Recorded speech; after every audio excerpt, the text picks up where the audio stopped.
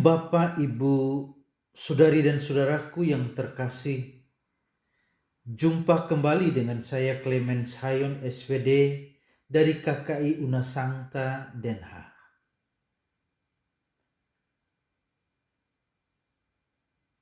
Sebelum menyajikan kopi ruhani pada hari raya Tritunggal Maha Kudus, saya mengajak kita untuk lebih sadar membuat tanda salib dari biasanya. Karena setiap kali kita membuat tanda salib ini, kita menegaskan iman kita kepada Tuhan Allah yang kehadirannya tak berhingga dalam keberadaan kita. Dalam nama Bapa dan Putra dan Roh Kudus. Amin. Ya Allah Tuhan kami bersyukur untuk Yesus Putramu. Hidupnya mengarahkan kami untuk rahasia keberadaanmu dalam cinta kasih. Bantulah kami untuk teguh percaya akan misteri Tritunggal Maha Kudus dalam cinta yang berwujud kebaikan dari orang-orang di sekitar kami, kini dan sepanjang masa. Amin.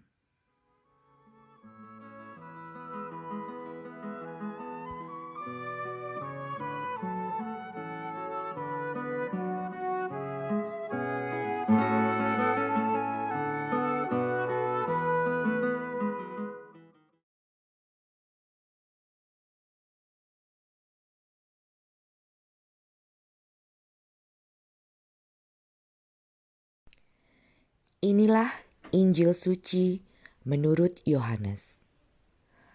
Masih banyak hal yang harus kukatakan kepadamu, tetapi sekarang kamu belum dapat menanggungnya. Tetapi apabila Ia datang, yaitu Roh kebenaran, Ia akan memimpin kamu ke dalam seluruh kebenaran. Sebab Ia tidak akan berkata-kata dari dirinya sendiri, tetapi segala sesuatu yang didengarnya, itulah yang akan dikatakannya. Dan Ia akan memberitakan kepadamu hal-hal yang akan datang. Ia akan memuliakan Aku, sebab Ia akan memberitakan kepadamu apa yang diterimanya daripadaku. Segala sesuatu yang Bapa punya adalah Aku punya. Sebab itu Aku berkata, Ia akan memberitakan kepadamu apa yang diterimanya daripadaku. Demikianlah sabda Tuhan.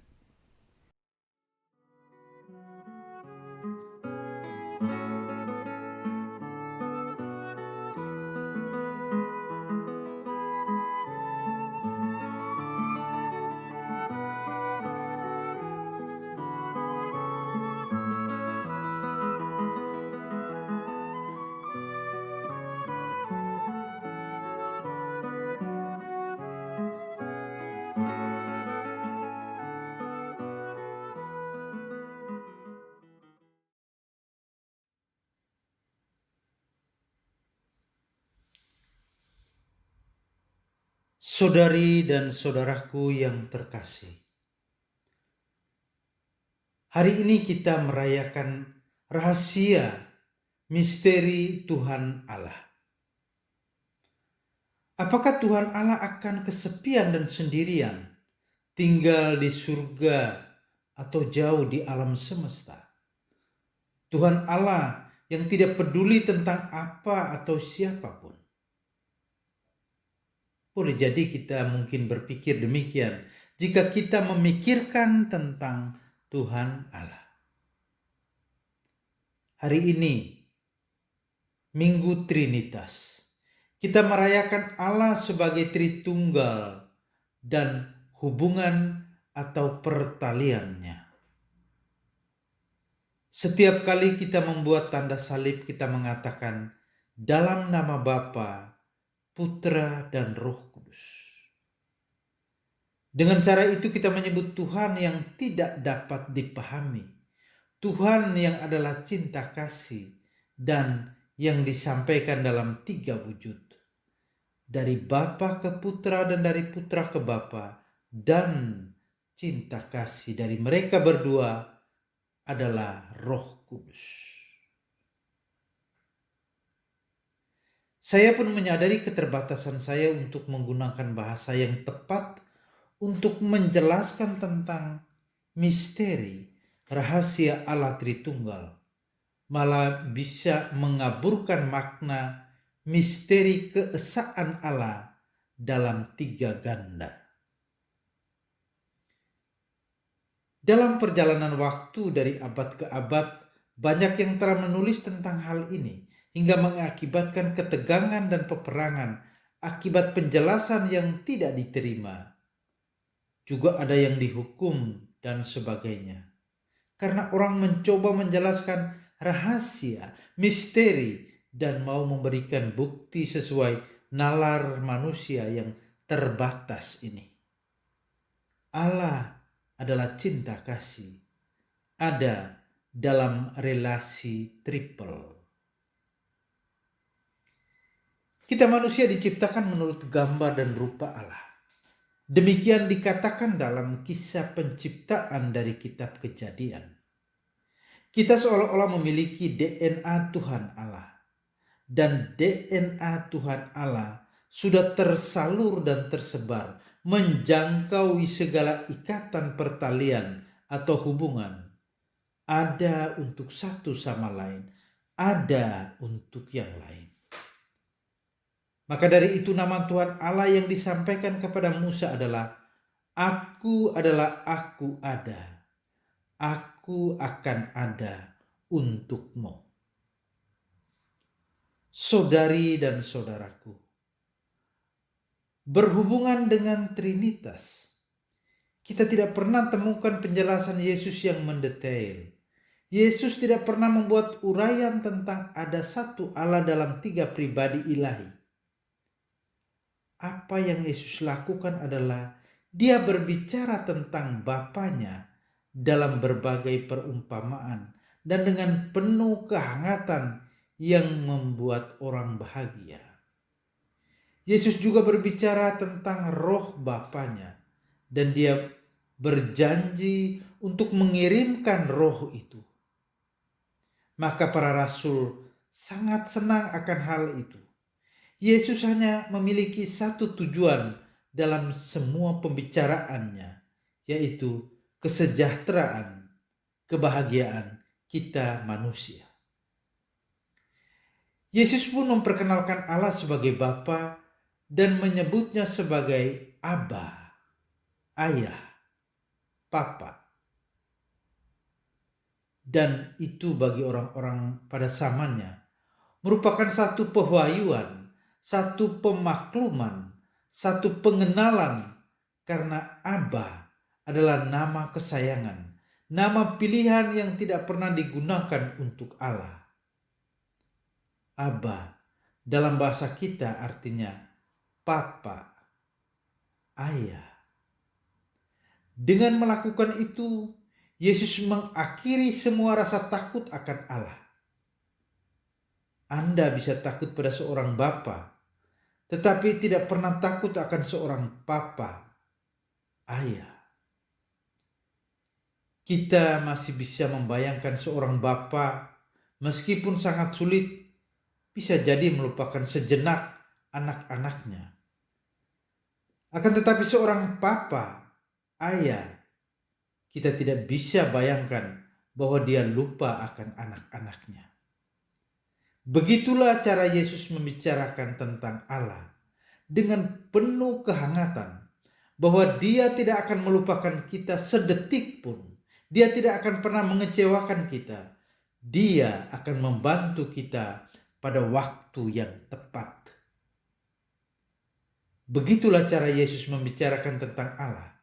Dan para rasul mengalami betapa bermanfaatnya pembicaraan Yesus ini. Mereka merasa ada kekuatan, ada kenyamanan. kesulitan-kesulitan besar yang mereka alami bisa diatasi oleh Yesus.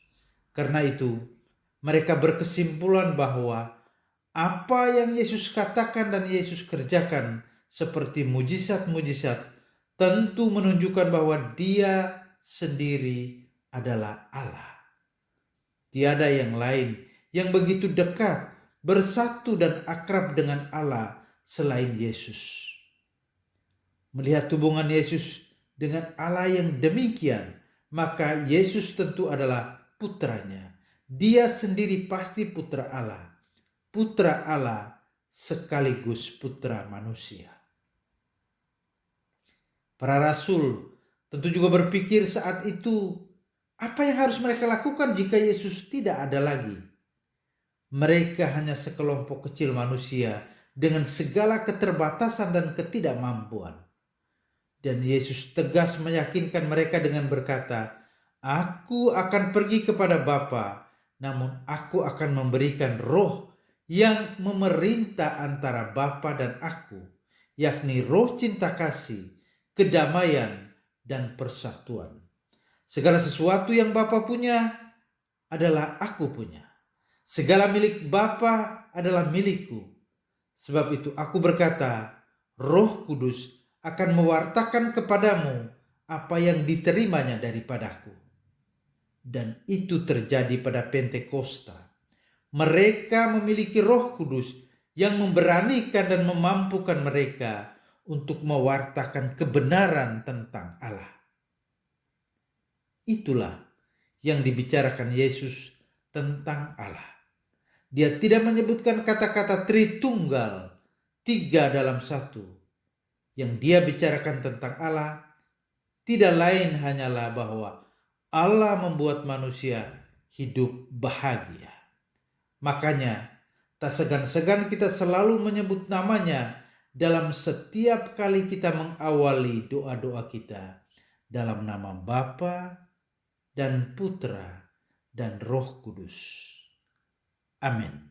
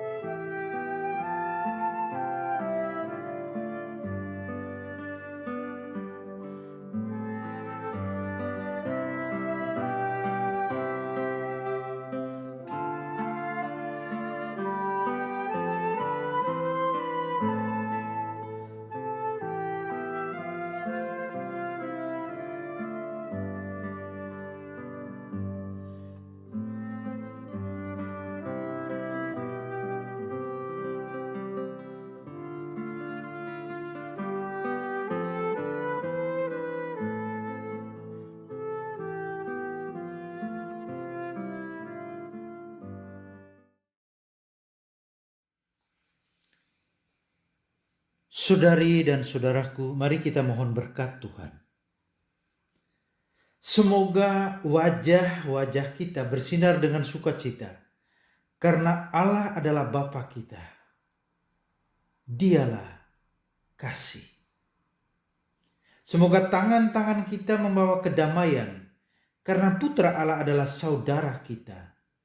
Dialah pengampun dan penyembuh. Dan semoga kaki-kaki kita membimbing kita di jalan kehidupan, karena Roh Allah menggerakkan kita. Dialah pemandu dan pendamping perjalanan hidup kita. Semoga Allah Tritunggal memberkati kita, Bapa dan Putra dan Roh Kudus. Amin.